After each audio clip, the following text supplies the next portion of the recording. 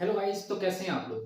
तो दोस्तों, स्वागत है आपका सीटेट ऑनलाइन क्लासेस में। और आज हम कर रहे हैं हिंदी पेडागोजी का लेक्चर सेकंड। तो हमारा जो टॉपिक है वो है आपका भाषा शिक्षण के सिद्धांत, प्रिंसिपल ऑफ लैंग्वेज टीचिंग। इससे पहले हम एक लेक्चर हिंदी पेडागोजी का कर चुके हैं जो कि आप लोगों ने देख लिया होगा। और जो लोग नहीं देख पाए हैं, जिन लोगों ने अभी तक नहीं देखा, तो प्लेलिस्ट बनी हुई है Hindi pedagogy for CTET lectures. उसके आगे लिखा हुआ है हिंदी पेडागोजी लेक्चर्स, नाम से आपकी प्लेलिस्ट बनी हुई है। उसमें आपकी फर्स्ट लेक्चर आपको मिल जाएगा। उसके अलावा जितने भी लेक्चर्स आएंगे हिंदी पेडागोजी के, सब उसमें ऐड होते रहेंगे। तो प्लेलिस्ट में जाके आप जो है सब्जेक्ट वाइज देख सकते हैं। ठीक है, चलिए शुरू करते हैं। तो हिंदी पेडागोजी का टॉपिक है। और जिन लोगों ने अभी तक नोट्स नहीं खरीदे हैं या नहीं लिए हैं, तो वो इस नंबर पे व्हाट्सएप मैसेज करके आप नोट्स ले सकते हैं 8532855503। ठीक है, उस पर मैसेज आप कर देना। बाकी डिटेल्स जो भी आपको चाहिए हो, फर्स्ट पेपर सेकंड पेपर, वो लिख के भेज देना। आपको सारी डिटेल वहां पे पता चल जाएगी। अब भाषा शिक्षण के सिद्धांत जो है, जो प्रिंसिपल ऑफ लैंग्वेज टीचिंग है, इसका मतलब क्या है, ये आपका दूसरा टॉपिक है। सिलेबस के अकॉर्डिंग भी आप सिलेबस देखेंगे सीटेट का, तो उसमें सेकंड टॉपिक हिंदी पेडागोजी का ही है। यानी कि जब आप टीचिंग करते हैं, जब आप बच्चों को भाषा पढ़ा रहे हैं, चाहे वो भाषा कोई भी है, जब आप बच्चों को भाषा पढ़ा रहे हैं, तो आपको कुछ चीजों का ध्यान रखना होता है या कुछ सिद्धांतों का ध्यान रखना होता है, जिससे कि आपकी टीचिंग बेस्ट हो और बच्चा आपका भाषा परफेक्टली सीखे, अच्छे तरीके से सीखे, आसान तरीके से सीखे और बेहतर सीखे। तो वो उसके लिए जो है कुछ सिद्धांत बनाए गए हैं कि इन सिद्धांतों पे आपको चलना होता है। किसी भी काम को आप कर रहे हो तो उसके कुछ ना कुछ रूल्स होते हैं, कुछ ना कुछ प्रिंसिपल्स होते हैं। उनके अकॉर्डिंग अगर आप काम करते हैं तो काम आपका अच्छा होता है, सही होता है। ठीक है, तो इसमें क्या है, यहाँ पे जो है आपको शिक्षण के सिद्धांत दिए हैं, यानी कि जब आप लैंग्वेज किसी बच्चे को भाषा सिखा रहे हैं तब। तो सबसे पहला जो है आपका, वो है अभिप्रेरणा का सिद्धांत, यानी कि प्रिंसिपल ऑफ मोटिवेशन।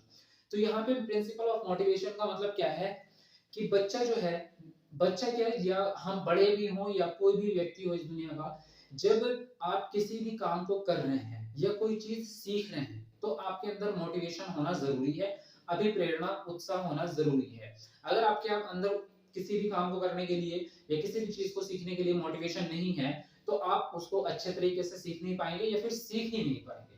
तो कुल मिला के बात यह है कि बच्चे आपके मोटिवेट होने चाहिए। अब यहाँ पे पहला सिद्धांत ध्यान रखना है, अगर बच्चे मोटिवेट नहीं है तो आपको उन्हें मोटिवेट करना पड़ेगा।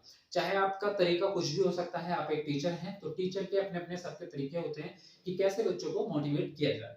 अब जैसे मैं आपको एग्जांपल दूं कि मुझे भाषा सिखानी है, इंग्लिश मान लो सेकंड लैंग्वेज में सिखा रहा हूं या हिंदी ही आप सिखा रहे हैं बच्चों को, तो उसमें मोटिवेट कैसे करेंगे बच्चों को, आप उसके फायदे बताइए बच्चों को कि भाषा अगर आप सीख जाएंगे तो आप उससे क्या क्या फायदे उठा सकते हैं। मान लीजिए आपको किसी चीज की जरूरत है, तो आप उस जरूरत को कैसे बताएंगे दूसरों को, भाषा के द्वारा बताएंगे। या आप जो है कहीं भी बैंक में जाते हैं या कुछ काम करते हैं, तो आपको फॉर्म भरना पड़ेगा, अपना नाम लिखना पड़ेगा, या आपको किसी से पैसे चाहिए तो आपको उससे बात करनी पड़ेगी। बात कैसे करोगे जब तक आपको भाषा नहीं आएगी। तो इस तरह की बहुत सारी चीजें हो सकती हैं, बहुत सारे आपके तरीके हो सकते हैं जिससे आप बच्चों को मोटिवेट कर सकते हैं। लेकिन मेन ये है कि आपके बच्चे मोटिवेट होने चाहिए कुल मिला के। ठीक है, दूसरी चीज क्या है, दूसरा आपका सिद्धांत है यहाँ पे रुचि का सिद्धांत, यानी कि प्रिंसिपल ऑफ इंटरेस्ट। अब देखिए इनमें जो है एक छोटा सा डिफरेंस है। अब ऐसा लगता है कि रुचि और मोटिवेशन जो है वो लगभग एक जैसे हैं, लेकिन एक नहीं है, इनमें डिफरेंस है। डिफरेंस ये है कि कई बार ऐसा हो सकता है कि आप मोटिवेट हो और आपकी उसमें रुचि ना हो, या बच्चा जो है किसी भी चीज के लिए मोटिवेट है लेकिन उसे उस काम में इंटरेस्ट नहीं है। ये कैसे संभव है?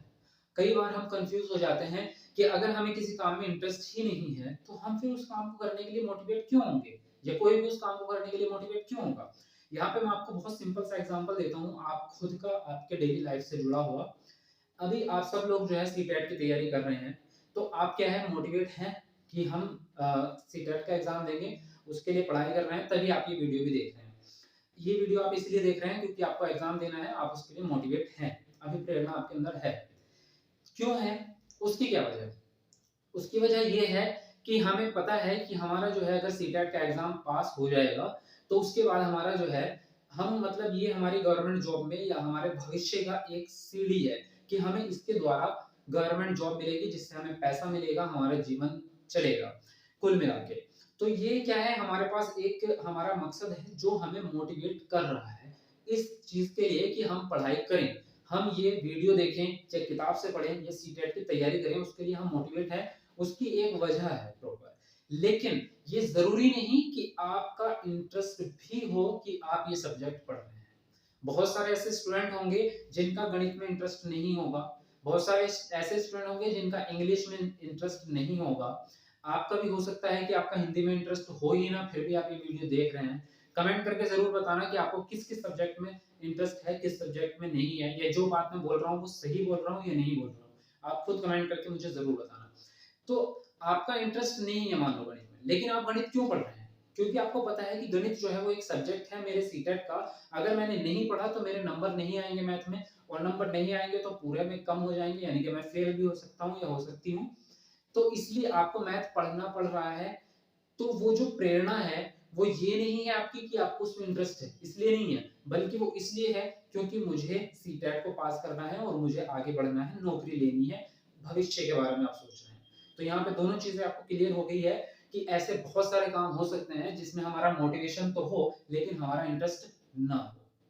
ठीक है, इसी तरह से बच्चे के साथ में भी हो सकता है। बहुत सारे बच्चे जो है ऐसे हो सकते हैं जिन्हें इंग्लिश में इंटरेस्ट ना हो, किसी का आर्ट में इंटरेस्ट है, मैथ में इंटरेस्ट नहीं है, बहुत सारे अलग अलग सब्जेक्ट होते हैं सबके इंटरेस्ट को लेके। तो आपको कुल मिला के क्या करना है कि जब आप बच्चे को भाषा सिखा रहे हैं तो आपके बच्चे का उसमें इंटरेस्ट होना चाहिए, अगर नहीं है तो आप इंटरेस्ट पैदा करेंगे, वो आपके ऊपर जिम्मेदारी है, आप टीचर हैं कि आप किस तरीके से करें, कौन सा तरीका अपनाएं। आप टीएलएम खूबसूरत यूज कीजिए ताकि बच्चा उसमें इंटरेस्ट ले, आकर्षित हो बच्चा। आप खेल विधि से पढ़ाइए, बच्चा खेलने में ज्यादा इंटरेस्ट लेता है। बहुत सारे ऐसे तरीके हैं जिसके द्वारा आप बच्चों के अंदर इंटरेस्ट जगा सकते हैं। क्लियर, आगे बढ़ते हैं। तीसरा है आपका क्रियाशीलता का सिद्धांत, यानी कि प्रिंसिपल ऑफ एक्टिवनेस। कुल मिला के बच्चा आपका एक्टिव होना चाहिए। अगर बच्चा एक्टिव ही नहीं है तो फिर वो बच्चा सीख ही नहीं पाएगा। आप भी अगर किसी काम को लेके एक्टिव नहीं है तो आप उस काम को कर ही नहीं पाएंगे। ठीक है, तो अगर एक्टिवनेस का हमारा सिद्धांत है तो हम बच्चे को एक्टिव कैसे रखें? अगर आपका बच्चा आप कोई आप कोई टॉपिक पढ़ा रहे हैं कुछ भी चीज, और बच्चा आपका सामने से सवाल नहीं पूछ रहा, कोई प्रश्न नहीं कर रहा है, तो आप समझ जाओ कि आपका बच्चा एक्टिव नहीं है। अगर आपके 40 बच्चे हैं और उनमें से सिर्फ 2-3 सवाल पूछ रहे हैं, बाकी खामोश बैठे हैं, इसका मतलब ये है कि बाकी बच्चे आपकी क्लास में एक्टिव नहीं है। आपके सभी बच्चे एक्टिव होने चाहिए। तो आपको खुद ही उनसे सवाल करने पड़ेंगे, आपको खुद से उनसे बातें करनी पड़ेंगी, तब आपके बच्चे एक्टिव होंगे। तो ये आपकी जिम्मेदारी है कि सभी बच्चे आपके एक्टिव हों। अगर आप कोई कहानी सुना रहे हैं हिंदी की, तो उसमें उनकी प्रतिक्रिया आनी चाहिए कि अगर आपने जो है जंगल में की कहानी सुनानी शुरू की, शेर, हाथी वगैरह, तो बच्चे कुछ ना कुछ प्रतिक्रिया तो जरूर करेंगे, कोई उसकी आवाजें निकालेगा, कोई कहेगा कि नहीं नहीं वो जंगल में रहता है, हाँ मैंने हाथी को एक बार देखा था कि हरिद्वार के जंगल में, वगैरह वगैरह कुछ भी चीजें हो सकती हैं। बच्चा आपका एक्टिव होना चाहिए। अब एक्टिव करना आपका काम है, कैसे करेंगे? नेक्स्ट है आपका जीवन से संबंध का सिद्धांत, यानी कि principle of correlation with daily life. जब आप कोई भी चीज पढ़ा रहे हैं तो उसका संबंध आपके दैनिक जीवन से होना जरूरी है, उससे आप उन चीजों को बेहतर तरीके से सीख पाते हैं और लंबे समय तक उसको याद रख पाते हैं। ये तो हमारे साथ भी होता है, बड़ों के साथ में भी, जब हमसे कोई बात कर रहा हो, अगर वो हमारे डेली लाइफ से जुड़ी हुई चीज है तो हम उसकी बात को बड़ी इंटरेस्ट से सुनते हैं, बड़े अच्छे ढंग से सुनते हैं। लेकिन अगर वो कहीं और की बातें कर रहा है, वो अपने बारे में बातें किया जा रहा है या ऐसी चीज के बारे में जिसका हमारे जीवन से कोई लेना देना नहीं है, तो फिर हम उसकी बात को क्यों सुनेंगे, हम उसमें इंटरेस्ट ही नहीं लेंगे। तो किसी भी टॉपिक को अगर आप पढ़ा रहे हैं तो उसको रिलेट करिए, उसको कनेक्ट करिए बच्चे की दैनिक जीवन से।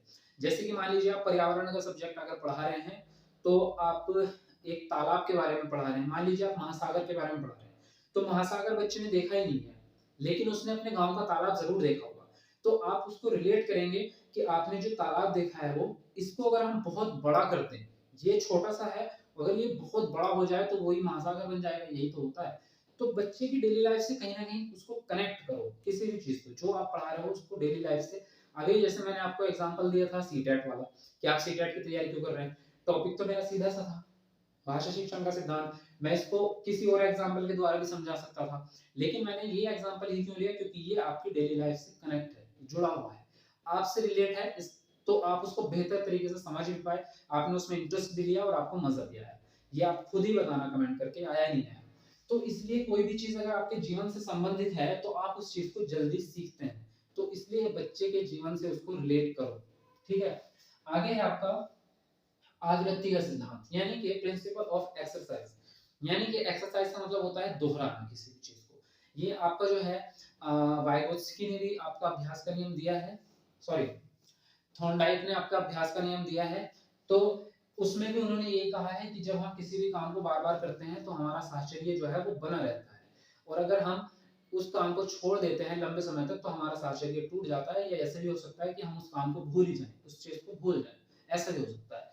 तो इसलिए आवृत्ति ज़रूरी है, एक्सरसाइज़ आप बच्चों को कराएँ, जो भी चीज़ आप सिखा रहे हैं, उसको कुछ समय के बाद दोहराते रहें। वो आपके अकॉर्डिंग है कि वो टाइम पीरियड क्या होना चाहिए, वो आप खुद भी डिसाइड कर सकते हैं अपने बच्चों को देख के।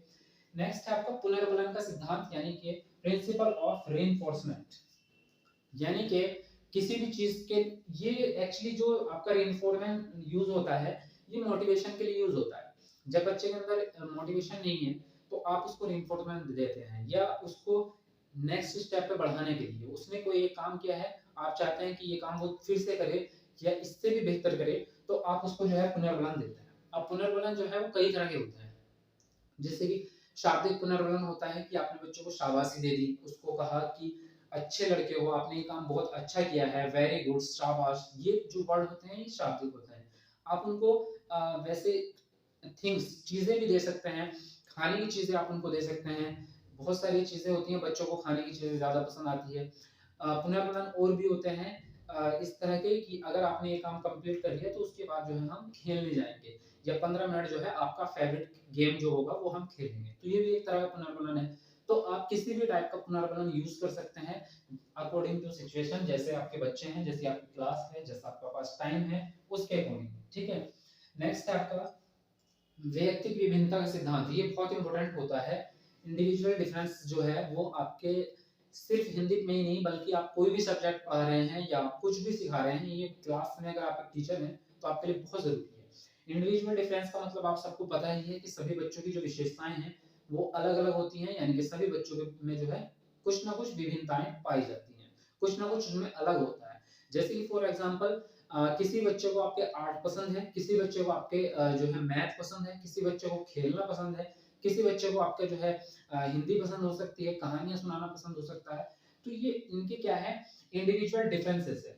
अब इसको सब्जेक्ट की बजाय मैं एक ही सब्जेक्ट में लेके आता हूँ, क्योंकि हम बात कर रहे हैं सिर्फ भाषा की, सिर्फ हिंदी की। तो हिंदी में कैसे होगा इंडिविजुअल डिफरेंस? किसी बच्चे को जो है आपके पढ़ने में प्रॉब्लम हो सकती है, कि उसको वो अटक अटक के पढ़ता है, या उसको वर्ड समझ नहीं आते, कुछ भी हो सकती है। किसी बच्चे को लिखने में प्रॉब्लम हो सकती है, किसी बच्चे को जो है बोर्ड पे खड़े होके अगर कोई उसको कहानी सुनानी है, तो उसमें प्रॉब्लम हो सकती है, हेजिटेट वो फील करे। तो इस तरह की चीजें जो है सभी बच्चों में अलग अलग है, यानी कि प्रॉब्लम्स जिसको हम कह रहे हैं, या बच्चे के अंदर बच्चे की जो कमियां हैं वो सबकी अलग अलग हो सकती हैं, उसी को कह रहे हैं इंडिविजुअल डिफरेंस। तो अगर बच्चों की प्रॉब्लम्स अलग अलग हैं, तो उनके सॉल्यूशन भी अलग अलग होंगे। सभी बच्चे आपके सिर्फ एक ही पैटर्न से नहीं सीख सकते, एक ही सिद्धांत से नहीं सीख सकते, एक ही विधि से नहीं सीख सकते। तो जैसी प्रॉब्लम आपको बच्चे में दिख रही है, उसके लिए उसी तरह की आप विधि यूज करेंगे, उसी तरह की प्लानिंग होगी, ठीक है? तो इसलिए वैयक्तिक विभिन्नता का ध्यान आपको रखना पड़ेगा जब आप कोई भी सब्जेक्ट पढ़ा रहे हैं। फिलहाल भाषा की बात कर रहे हैं। नेक्स्ट है आपका निश्चित उद्देश्य का सिद्धांत, यानी कि जब आप पढ़ाने जा रहे हैं, तो आपका एक ऑब्जेक्टिव होना चाहिए कि मुझे आज क्या करना है, यानी कि बच्चों को मैं क्या सिखाऊंगा या सिखाऊंगी, एक मेन उद्देश्य हमारा होना चाहिए। मान लीजिए यही है कि हम अगर आप छोटी क्लास में जा रहे हैं, तो मेरा उद्देश्य है कि बच्चा जो है 2 शब्दों वाले वाक्य पढ़ पाए, या मैं ये कहूँ कि वो शब्द ही पढ़ पाए, ये मेरा एक उद्देश्य है। या मेरा ये उद्देश्य हो गया कि बच्चा जो है बोर्ड पे खड़े होके अपने विचार व्यक्त कर पाए। ये एक शॉर्ट स्टोरी है 4 लाइन की, बच्चा उसको सुना पाए। तो मेरा एक उद्देश्य फिक्स हो गया। तो आपको पता होना चाहिए कि आप जो है क्लास में जा रहे हैं पढ़ाने बच्चों को, तो आपका मकसद मकसद क्या है? ये 2 तरह से होते हैं, एक आपका छोटा उद्देश्य होता है, एक आपका बड़ा उद्देश्य होता है, ठीक है? एक आपका जनरल उद्देश्य, जनरल ऑब्जेक्टिव होता है, एक स्पेसिफिक ऑब्जेक्टिव होता है। तो जनरल में बड़ा होता है, यानी कि बच्चों को जो है भाषा सिखानी है, ये मेरा एक बड़ा है उद्देश्य। अब भाषा के अंदर क्या सिखाना है, छोटी सी चीज कोई भी हो सकती है, जैसे मैंने अभी बताया कि 2 शब्द वाले वाक्य सिखाने हैं, या बच्चों को जो है कहानी बोलना सीख जाए, ये मेरा छोटा सा उद्देश्य है। तो बहुत चीजें हो सकती हैं, मतलब फिर भी ये है कि आपको कोई ना कोई जो है उद्देश्य फिक्स होना चाहिए, निश्चित होना चाहिए। नेक्स्ट है आपका नियोजन का सिद्धांत, यानी कि प्रिंसिपल ऑफ प्लानिंग। जब आप क्लास में पढ़ाने जा रहे हैं तो आप पहले ही प्री प्लानिंग उसकी कर लें। इसको हम जो है लेसन प्लान भी इसी को बोलते हैं। लेसन प्लान में हम यही काम करते हैं कि पहले ही फिक्स कर लेते हैं कि भाई मेरी 20 मिनट की या 25 मिनट की या आधे घंटे की क्लास है, तो मुझे उसमें क्या-क्या करना है। मुझे अपनी तरफ से शुरू में कौन-कौन से क्वेश्चन पूछने हैं, बच्चों को क्या-क्या बताना है, बच्चों से क्या-क्या एक्टिविटी करानी है, वो सब चीज़ें जो है पहले ही प्लान कर सकते हैं। तो यहाँ पे नेक्स्ट है आपका सहानुभूति का सिद्धांत, यानी कि प्रिंसिपल ऑफ सिंपैथी। अब देखिए इसका मतलब क्या है? सिंपैथी जब हम वर्ड सुनते हैं तो हमारे दिमाग में एक अलग ही फीलिंग आ जाती है। हम समझते हैं कि जैसे कि कोई व्यक्ति जो है दुःख में है या किसी के साथ दुर्घटना हुई, कुछ भी हुआ तो हम उसको सिंपैथी दे रहे हैं या सहानुभूति दे रहे हैं। लेकिन यहाँ पे इसका मतलब ये नहीं है, यहाँ पे थोड़ा-सा अलग है, थोड़ा डिफरेंट है इसका मतलब, उसको हम समझते हैं। देखिए यहाँ पे क्या है, सहानुभूति एक वर्ड है, उसी से हम इसको समझ लेते हैं कि ये इसमें क्यों आया, क्यों सिद्धांत बन गया। सहानुभूति जो है वो आपका 2 वर्डों से मिलके बन रहा है। एक तो हो गया आपका सह प्लस और एक हो गया आपका अनुभूति। सह का मतलब होता है एक समान, अनुभूति का मतलब होता है फील करना या महसूस करना। तो सिंपल सा यहाँ पे हुआ कि एक जैसा महसूस करना। किसके जैसा महसूस करना? बच्चे के जैसा। आपका बच्चा कितने साल का होगा? 5 साल का, 7 साल का या 10 साल का। मान लीजिए आपका बच्चा जो है जिसको आप पढ़ा रहे हैं, जिसको आप भाषा सिखा रहे हैं, वो आपका 7 साल का है। तो वो आपके जैसा नहीं सोच सकता, क्योंकि उसका कॉग्निटिव डेवलपमेंट 7 साल का है, उसका संज्ञानात्मक विकास जो है वो 7 साल की एज का है, तो वो आपके जैसा तो नहीं सोच सकता, लेकिन आप उसके जैसा सोच सकते हैं उस एज में जाके, क्योंकि आप उस स्टेज से, उस एज से गुजर चुके हो। तो आप वहां पे जाके सोच सकते हो कि 7 साल का बच्चा क्या पसंद करता है, कैसे सीखता है, क्या क्या चीजें उसको पसंद आएंगी, क्या उसके इंटरेस्ट होंगे। अगर मैं 7 साल का होऊंगा तो मुझे क्या क्या करना पसंद आएगा, मेरे सामने कौन कौन सी प्रॉब्लम्स आएंगी, तो ये आप महसूस कर सकते हो। तो यही सिद्धांत इसीलिए बना कि जब आप बच्चों को कोई भी चीज सिखा रहे हैं या भाषा सिखा रहे हैं, तो आप उसकी एज में जाके सोचें, उसके जैसा महसूस करें कि आपका बच्चा जो है क्या फील करता है, कैसे सोचता है, क्या चीजें उसको पसंद है, क्या चीजें उसको पसंद नहीं है।